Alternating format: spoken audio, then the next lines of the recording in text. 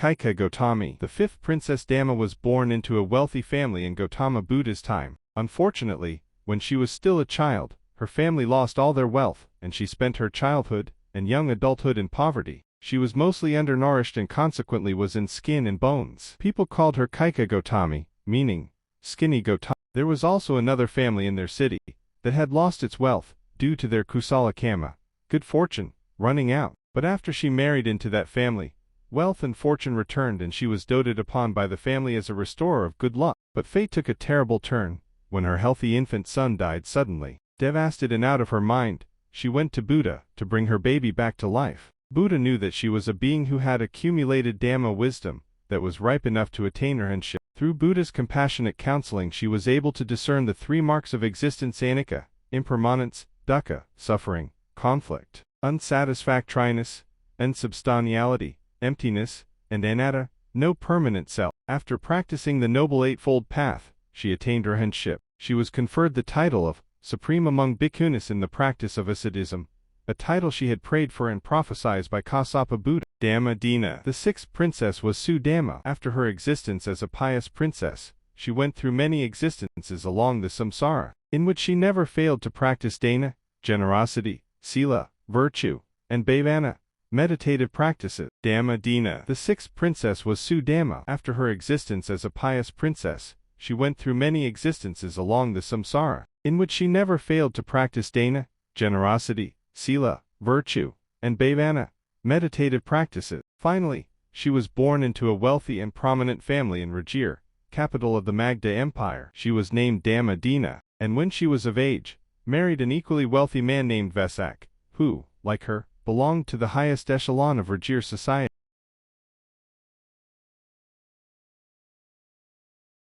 Vesak was a close friend of King Bambisara. When Buddha gave his first sermon in Rajir, he went along with King Bambisara to listen and contemplate. When the sermon was over, he had attained the Sotapanna stage of enlightenment, the first stage. In the realization of nirvana, the being would be reborn 7 times at the most, and in the human or higher realm. He went on practicing Buddha's noble path ardently, and soon attained the Sakadagami stage, the second stage of enlightenment. The being would be reborn only once before entering nirvana. He was not only endowed with wealth but also Dhamma wisdom. They were a perfect, loving couple. Whenever Buddha was in Rajir, Vesak would visit the Bamboo Grove monastic retreat to listen and practice Buddha's sermons. Upon his return, it is the custom of Dhamma Dina to meet him at the door, and they entered the house hand in hand. On one these days, Vesak came home looking solemn and peaceful. As usual, Dhamma Dina gave her hand for him to hold, but he went into the house without holding the hand or even looking at her. Dhamma Dina was taken aback at this odd behavior. At first, she thought he was angry with her, but his serene demeanor told her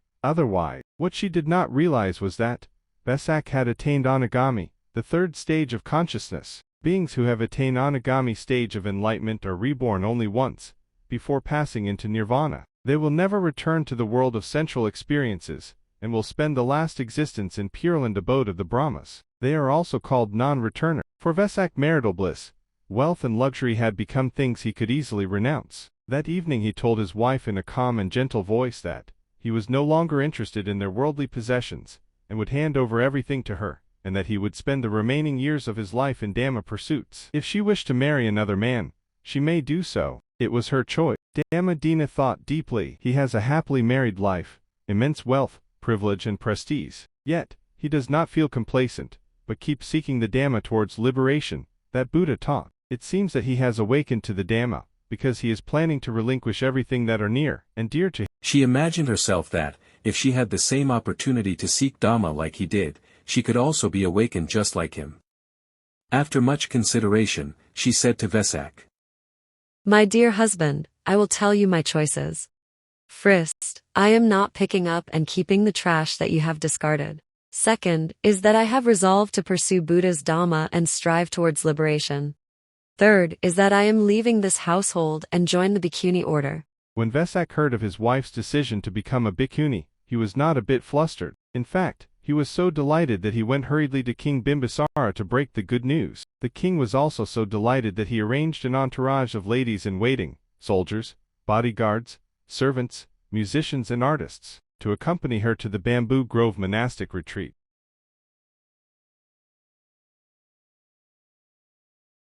So, with pomp and grandeur, Dama Dina was taken to the Bamboo Grove monastic retreat. Her head was shaven. She changed into bhikkhuni robes and learned Dhamma from Buddha and other enlightened Theras. But for Dama Dina, an influential and a much-loved figure in Rajir society, life at the monastery was far from peaceful. There were always visitors around. Friends from wealthy background came to visit her with donations and to see to her well-being. Her former household servants came to see if she needed anything, and to help around the monastery. The best thing, she decided, was to be as far away from them as possible. So, she retreated alone to a secluded forest. There in solitude and quietude, she practiced earnestly and relentlessly. She had no trouble attaining the first stage of enlightenment. From then on, she progressed to the second stage, and then to the third stage. At the end of 1 month, Bhikkhuni Dama Dina had attained the exalted state of an arhat. The merit she had performed as Princess2 Dama in Kassapa Buddha's era had accrued, and manifested in attaining arhatship swiftly and effortlessly. Rest assured that she had realized the path to nirvana. She came back to the Bamboo Grove Monastery. When Vesak heard that Dama Dina was back at the Bamboo Grove Monastery, he was concerned. JavaScript, void, 0. He wondered if she had become despondent, although she was always known as a tenacious person. So, in order to examine whether she had truly gained Dhamma insight, or had become bored with the ascetic life, he went to the Bamboo Grove Monastery, and posed questions that highlight the teachings on craving and cessation of self-identification. What is called self-identification? The 5 clinging aggregates: form, feeling, perception, mental formations, and consciousness are called self-identification. The 5 clinging aggregates: form, feeling, perception, mental formations, and consciousness are called self-identification. What is the origin of self-identification? It is the craving that leads to future lives, mixed up with relishing and greed, taking pleasure there wherever it alights. That is, craving for sensual pleasures, craving for existence, and craving for non-existence. What is the cessation of self-identification? It's the fading away and cessation of that very craving with no residue left behind. Giving it away. Letting it go. Releasing and not clinging to it. This is the cessation of self-identification. What is the practice that leads to the cessation of self-identification? It is simply the Noble Eightfold Path. That is, right view, right purpose, right speech, right action, right livelihood, right effort, right mindfulness and right immersion. When Vesak heard the clear and comprehensive answers to the first 4 questions, he concluded that Bhikkhuni Dama Dina had already attained the Sotapanna, the first and crucial stage of enlightenment. It meant that she would never be reborn in lower realms of existence, where suffering prevailed. He proceeded to ask even more profound questions, and found out, step by step, that she had attained Sagadami stage, and then on to Anagami stage. He was sure that she was in the same level of enlightenment as he himself. He went on to ask esoteric questions that only an arhat could answer. She explained them precisely, with confidence. By then Vesak had no doubt that Dama Dina had become an arhat. He went to Buddha and told him about her answers. Buddha said that if he were asked those questions, he would give the same answers. It was confirmed that Dama Dina had attained arhatship. Dama Dina became one of the most outstanding Thris in Buddha's Sangha community. With her great mind she explained the deeper aspects of Dhamma to Sangha and lay disciples. She was honored with the title of unexcelled among the bhikkhunis in delivering the Dhamma discourse. The dialogue was recorded as Kula Vedala Sutta. It is one of the most important of Buddhist texts, a prerequisite for anyone practicing Dhamma. The youngest princess was Sangha Dhyaka. The name means patron of the sannyas. The name itself proved to be a self-fulfilling prophecy, because that was exactly what she became in Gautama Buddha's time. Her name was Visakha. She was born into one of the wealthiest families in Magda Empire, a place where Buddha attained Sabbanetta wisdom under Bodhi tree. As such, most of the people in Magda were devotees of Buddha. When she was almost 10 years of age, she listened to Buddha's Dhamma discourse, and duly attained the Sotapanna. The family later moved to Shrasvasti, at the request of Kings Prasanadi and Bimbisara. When she was of age, she was given in marriage to a son of wealthy family. But they were believers of a different religion. Their school of thought was much different from what Visakha practiced. Later they converted to Buddhism, after Wisaka expounded the Four Noble Truths and the Noble Eightfold Path. Her father-in-law was so grateful that he called her, metaphorically, his mother. At that time, the pride of Shrasvasti was the vast Jetavana monastic complex, a monastic retreat donated to Buddha and Sannyas by another millionaire of the kingdom,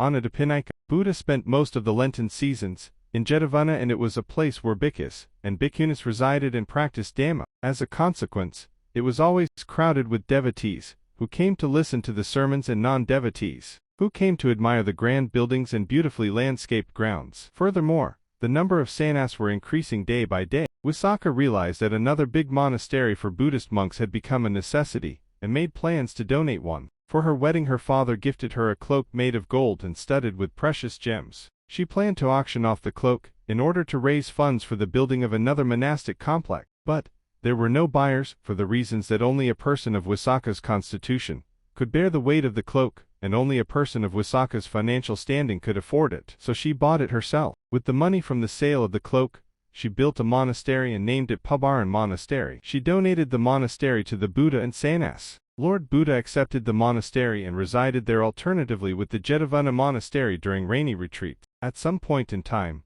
when Buddha was in Shrasvasti, she invited Buddha and 500 bhikkhus to alms-offering ceremony at her mansion. On that morning, there were heavy showers. It was an extraordinary rain that poured down on all corners of the earth at once, which occurs once in 1,000 years. The monks took the rare opportunity to bathe in the rain. To good robe for the ceremony, they bathed without clothes on. One of Wisaka's trusted servants came to the monastery to remind the monks of the ceremony, and saw the monks bathing in the rain. The servant woman returned from the monastery and reported to Wisaka, "Madam, there are no Buddhist monks in the monastery, only men from another sect bathing in the rain without clothes on." Wisaka, being a wise and discerning person, understood the real situation and said nothing. After the donation ceremony, she asked Buddha for special privileges to be given to her. Buddha replied that only kings can grant privileges. He was but a monk. Wisaka explained that it was the kind of privileges that only Buddha could grant, because it concerned the community. And then she stated her list. 1. May I be given the right to donate robes to the monks, to be worn during the rainy season?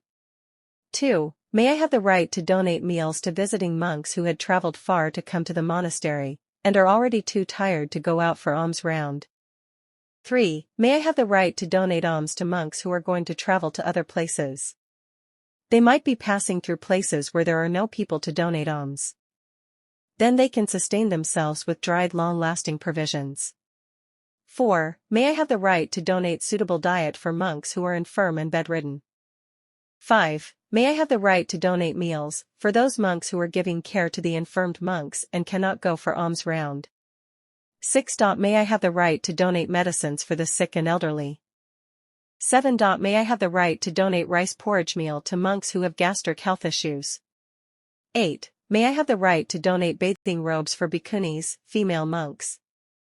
The Lord Buddha not only granted her the privileges she asked for, but also declared that Wisaka was the most generous, thoughtful, practical-minded and prudent patroness of the Buddhist Sangha community. He later bestowed her the title of the foremost benefactress of the Buddhist Sangha community. As time went by, her generosity and caring attitude towards the Sangha never diminished. She retained her sprightliness, beauty and youthful looks well into her old age. She kept on being heedful of the sannyas' needs and welfare until she died at over 100 years old. She and her biological sisters in her life as a princess in Kassapa Buddha's time all met again as Dhamma sisters in Gautama Buddha's time. The eldest, Khema, and the sixth sister Dhammadina never knew hardships. Nevertheless, they chose the path to the end of suffering and attained the exalted state of Arhat. The second sister Uppalvana navigated through samsara, experiencing both prosperity and adversity. Whichever circumstance her karma led her, she never wavered from the Dhamma path, performing meritorious deeds like dana,